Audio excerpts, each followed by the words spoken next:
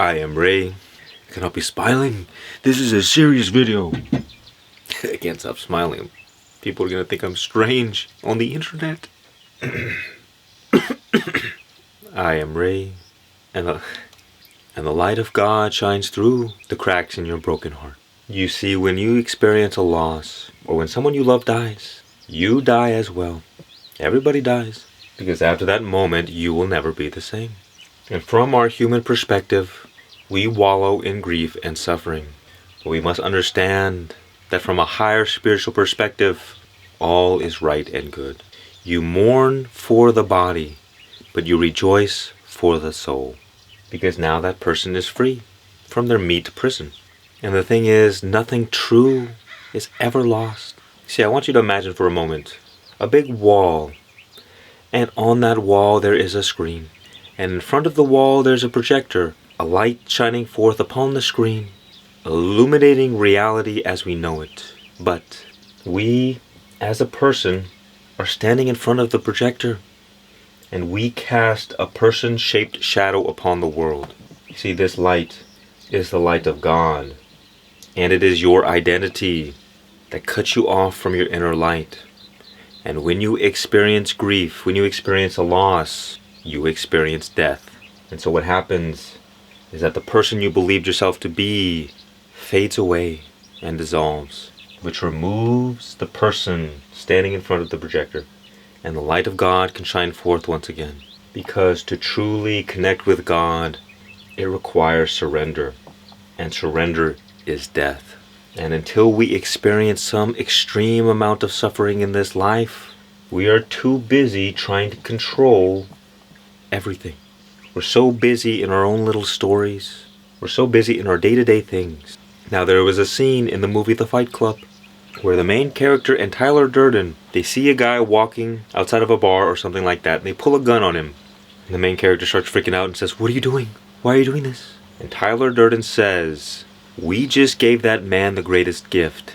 Because during our daily life, we focus on all kinds of garbage, all kinds of nonsense that doesn't mean anything at all.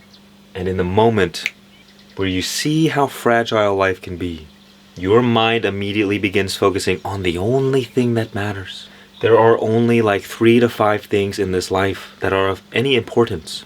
And grief can be a great blessing because it reminds you of the things that truly matter. And I encourage you, don't wait until you go through some tragedy to appreciate the 3 to 5 things. Now, one of the most important things about grief, and it doesn't necessarily have to do with losing a person or a loved one, it could be losing your identity, losing your job, losing all your material things. Don't just try to get on with your life so quickly, because no matter how hard you try to distract yourself with other things, there will be a great burden weighing you down. The only way out is through. You may think after a year or 2 years that, oh, I should be done with this by now. It's time to move on. It's time to get on with life. Maybe it's not. Humpty Dumpty didn't put himself back together again in a day. Why should you? You can't just expect your whole life to get thrown into chaos and recover so quickly.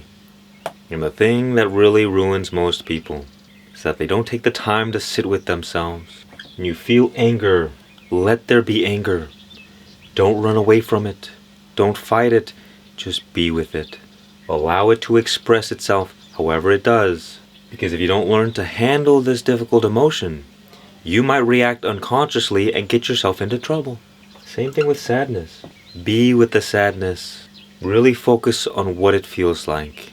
Observe the anger. Observe the sadness. See how the anger is like fire and the sadness is like water. And even the hate, the resentment, and the guilt. There are no wrong emotions. There are no wrong thoughts. There is only wrong judgment. It's very important that we take the time to sit with ourselves every day. Maybe you need to be alone, but sitting with difficult thoughts and feelings is so important. A lot of people try to just move on with their lives and start doing things and try to get back to normal. But that is a distraction. And there will always be the lingering thoughts. These emotions are not just going to go away. The negative thoughts aren't just going to go away until you deal with them. And once you process the situation, you will experience great relief. you will be able to come to this place of acceptance. But there's all of this energy going on inside of you. And energy can be creative or it can be destructive. And it becomes destructive when it's not allowed to flow properly. Now, sometimes when we experience grief, we blame ourselves. We take this powerful, sometimes hateful energy and direct it toward ourselves.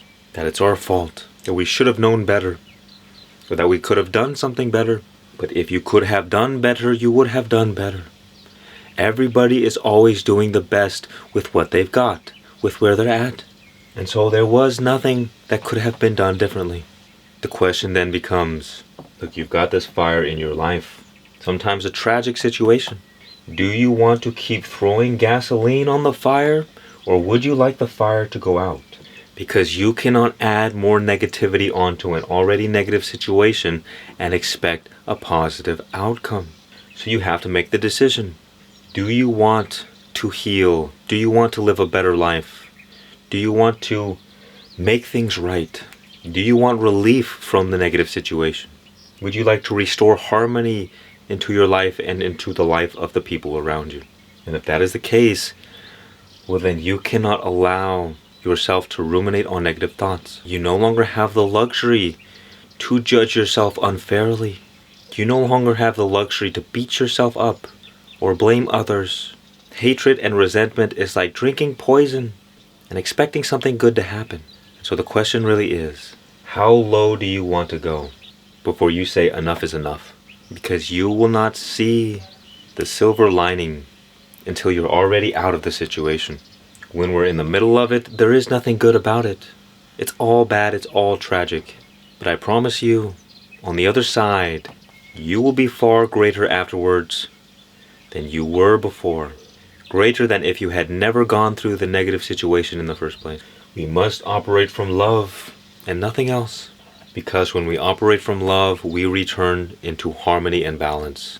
We right what has been wronged, and almost anything else is going to make the situation worse. So what does this mean? Be kind to yourself. Forgive yourself. Maybe you can't forgive others just quite yet, but it all begins with you. You cannot give what you do not have. So you must love yourself. Forgive yourself. Be kind to yourself. And make your primary focus healing. Nothing else matters in this life. At this moment at least.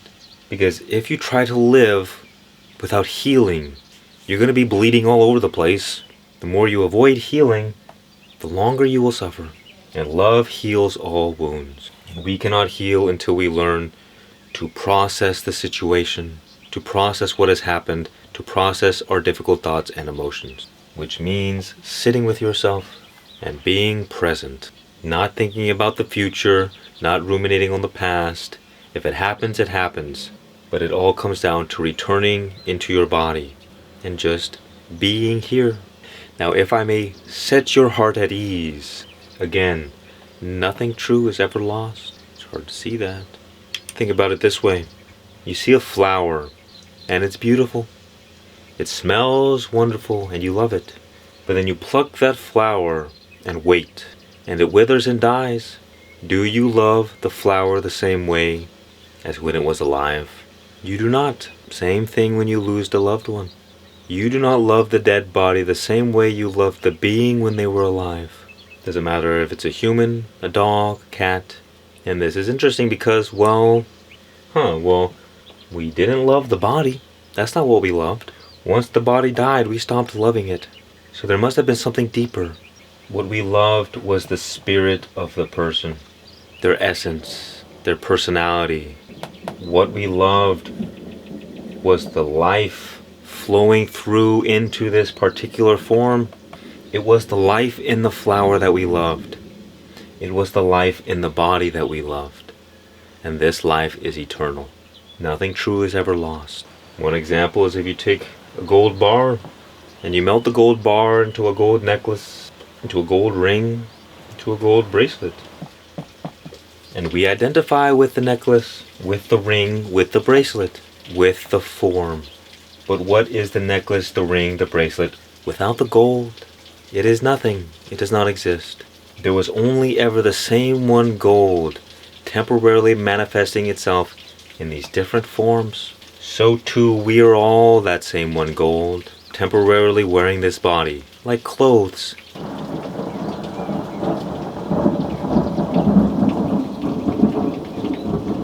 Well, and we get upset when the gold necklace turns into a gold ring, because we were attached to the necklace. But the gold never died, it just changed forms. So too, nothing ever dies. There is only ever change. And biologically, we are designed to resist change. And because we live from our senses, we don't realize that there is no such thing as separation. When you look at the world with your eyes, the loss is there, a void. And so we believe that to be the truth. But it is not.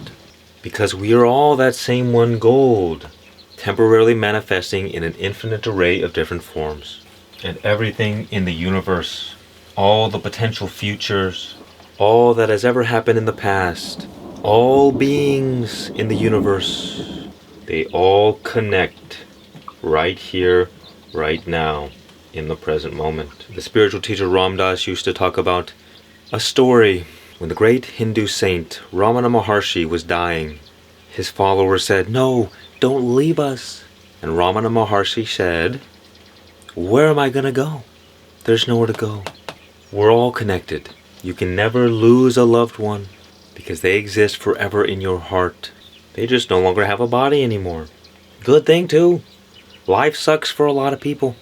And we don't realize that this journey on this earth is just one temporary pit stop on a much longer journey. And I guarantee you, most people after they die, most beings, they say, "Oh, thank God. I'm so glad that's over." Because while we're in it, it's so real, so painful, and it's so joyful. It's so crazy being alive as a human being. But Ram Dass also once said, talking about his spirit friend, Emmanuel, he asked him, "What should I tell people about death?" And Emmanuel said, "Tell them that it's perfectly safe. It's like taking off a tight shoe. That's why I say, mourn for the body and rejoice for the soul. For the soul is free and is no longer suffering. And what is a moment of suffering for an eternity of bliss, of heaven?"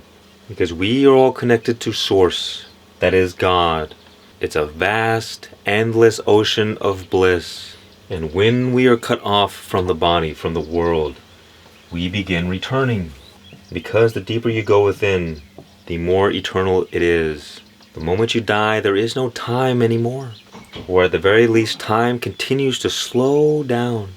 God is an eternal sun in which the radiance is everlasting bliss. And so, spa day, you get to enjoy, this is wonderful. Bask in the everlasting love of God. You'll have a great time. I promise you that. And so what we wish to do as well is to connect to God, to Source, so that we may too experience this. You see, the greatest reason why grief, suffering, these are the most powerful spiritual nutrients. It's because we are like a balloon. We naturally rise up toward heaven. But we have all kinds of attachments, which is like mud caked onto the balloon. And so we fall naturally instead. And guess what? One day we might find ourselves in hell. Not necessarily because we did anything wrong. We've been carrying all these attachments. You may be in hell right now. But you must know that the suffering, the fire of hell, burns away these attachments. Fire is a purifying agent. You see, Christ said, "Come to me as little children, and you shall enter the kingdom of heaven." Because the more pure we are, free from attachments, free from worldly identities, the less stuff there is keeping us down. So when you find yourself in hell, do not fight it. Those who surrender to the fire do not get burned. Allow the process to destroy whoever you thought you were. And do not hold on. Do not hold on to those old identities, reminiscing of the past. It's like in the Bible. After Sodom and Gomorrah was about to get destroyed, Lot and his wife were on the pathway out when Lot's wife turned around and got turned into a salt. One piece of salt. Why did that happen? Because she began reminiscing about the past. So she got stuck. Whatever it is that has happened to you, cut ties with the old life. The suffering we experience are nothing but birthing pains. And the more we resist, the more life just drags us along, kicking and screaming.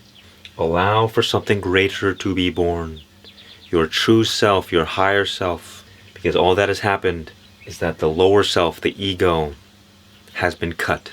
It has been killed, or at least is greatly damaged. And so let it die. Because the ego, like the shadow in the beginning example, is like a great dark cloud covering up the light and the warmth of the sun. And where light and warmth is not, death and coldness and suffering is what remains. We do not like hell. We do not like suffering and pain. But it reminds me of the time I ate a really hot pepper with some really hot sauce on top of it. I was dying in agonizing pain for like 20 minutes. But then afterwards, I just felt this great sensation of joy and bliss. You see, as Carl Jung said, a tree cannot grow to heaven unless its roots reach down to hell. You see, life is a roller coaster for a reason. We cannot have the highs without the lows. And if you're experiencing a low, just know that there is a greater high to be experienced. And it looks more like this. And what happens is that when we go, life is experienced in expansion phases and contraction phases. The problem is we judge ourselves down here. We say, no, this is wrong. This shouldn't have happened. This is not good. And that's okay. Be as you are. Be authentic. Don't try to run away from the pain. But just remember, this too shall pass. You're seeing life through a temporary emotional state, and it's preventing you from seeing the truth, which is why hindsight is 20/20. Every person who is successful will tell you the same thing. When I was suffering, when I was down, it was the worst thing that could have ever happened to me, and I would have never wished it upon anyone, and if I would have known I had to go through that, I would have said, no, of course not. But they always say, I'm glad I went through it because it made me the person who I am today. God does not give you any burden that is meant to break you. But sometimes when we place extra burdens upon ourselves, we judge ourselves, we hate ourselves. We allow ourselves to ruminate on negativity. Instead of bouncing off this floor, we break down and go to lower states of being. And not everybody recovers, because a downward spiral is like a black hole. Once you're at the bottom, it's very difficult to get back out. It is always possible. You just have to know what to do. So be kind to yourself on this life's journey. And you don't need to have it all figured out. In fact, I would encourage you, be happy and satisfied and content, not needing to know. You don't need to know God's plan or why God does the things God does. If the answers come, great. But you will drive yourself insane trying to figure it all out. And when the moment you say, with humility, I don't know, a great relief falls upon you. A burden has been lifted. And with that relief comes freedom. Open yourself up for God's grace and use times of suffering to develop your muscles of faith and trust. This is why suffering is the most powerful catalyst for spiritual growth. It forces you to surrender because you just don't have anything left to give. You don't have any energy left to try. And the moment you say, I'm done, that's when God says, let's begin. I am Ray. Visit my cool store. I wish you much peace and many blessings. And remember, just be nice to yourself.